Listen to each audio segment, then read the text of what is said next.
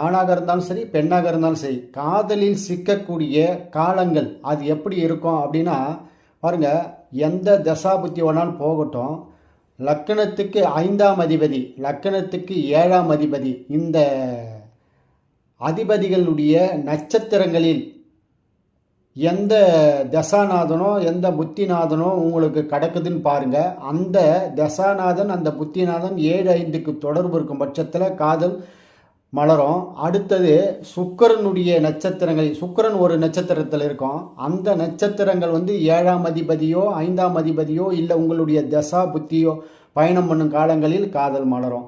இந்த மாதிரி காலகட்டங்கள் கண்டிப்பாக ஒரு பார்ட்னரை தேர்ந்தெடுக்கக்கூடிய காலங்களாக அது காணப்படும்.